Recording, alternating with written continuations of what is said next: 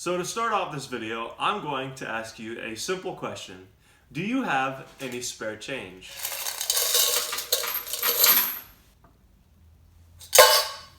Money! So in today's video, we are going to explain the process of oxidation and why pennies change color over time. We are also going to explain how to reverse the process of oxidation. So the supplies needed for this project, obviously you are going to need pennies. You are going to want to use a number 2 pencil with an eraser on the back, or you can use one of the bigger pink erasers, lemon juice and salt,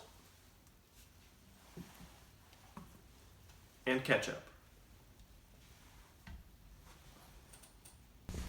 So first off, the pennies that we will be using today, they were made in 1981 or before 1981. And the thing about these pennies is that these pennies were made with 95% copper and 5% zinc. And the reason why this is important is because over time the copper on these pennies, when it comes into contact with oxygen, similar to the oxygen we breathe in every day,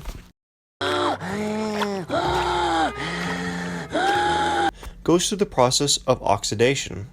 Oxidation is the process or result of oxidizing or being oxidized.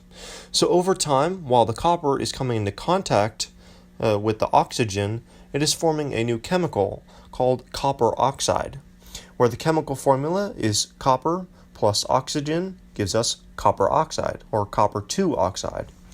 And so when this oxygen comes into contact with the copper, the reactant when it forms this reactant or the product, it gives it a green tint on the penny and makes it look a different color.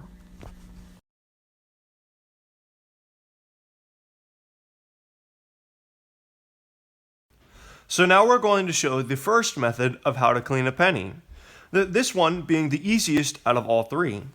So all we're going to use is our eraser and then our penny. So all you have to do is take your eraser and rub it on the penny. The more you rub, the more of an effect it will have. So Juliet, if you could zoom in on the penny to show them. So one side is lighter than the other. So one cool thing about this method is that you can make custom designs on your penny, because let's say you wanted to outline Lincoln on the penny, or you wanted to make the background lighter than the figure. So that is the first method of how to clean a penny.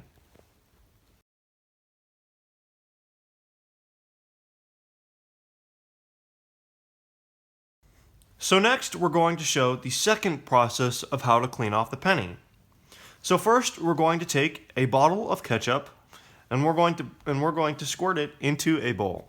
So when you put it in the bowl, you're going to want to make sure that there's enough ketchup so that the entire penny can be completely submerged in the ketchup. For the ease of time, I've already put the ketchup in the bowl.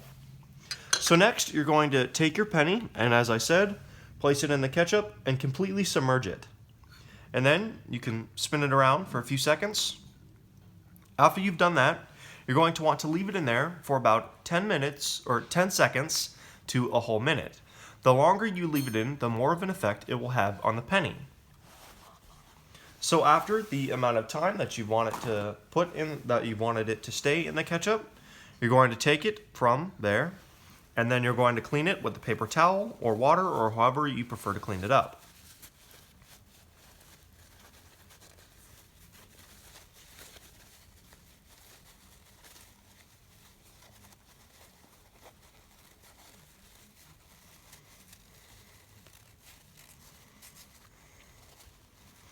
After you have cleaned your penny, after you put your penny in the ketchup, you should have a completely cleaned penny. And that was our second method.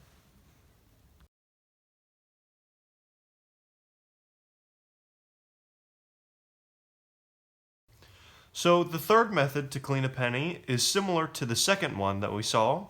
So first we're going to start off by taking some lemon juice.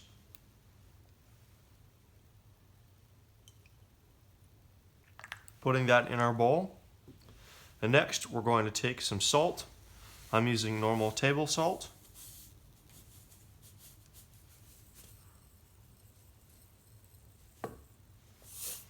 And once we have those two together, I'm just going to take some time to mix it.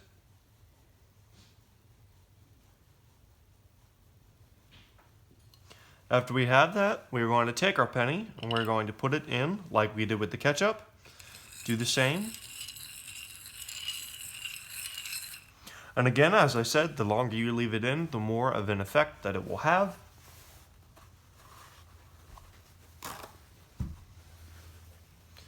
So again, we're going to take our penny, clean it with the paper towel.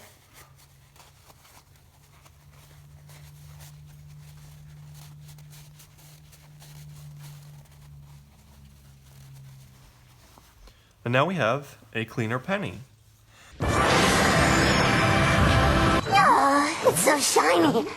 And another cool thing about the salt that we used is with this penny, if you do exactly what we just did with the salt and the lemon juice, but let's say you leave that penny in overnight, once you take it out, the penny will end up turning this color.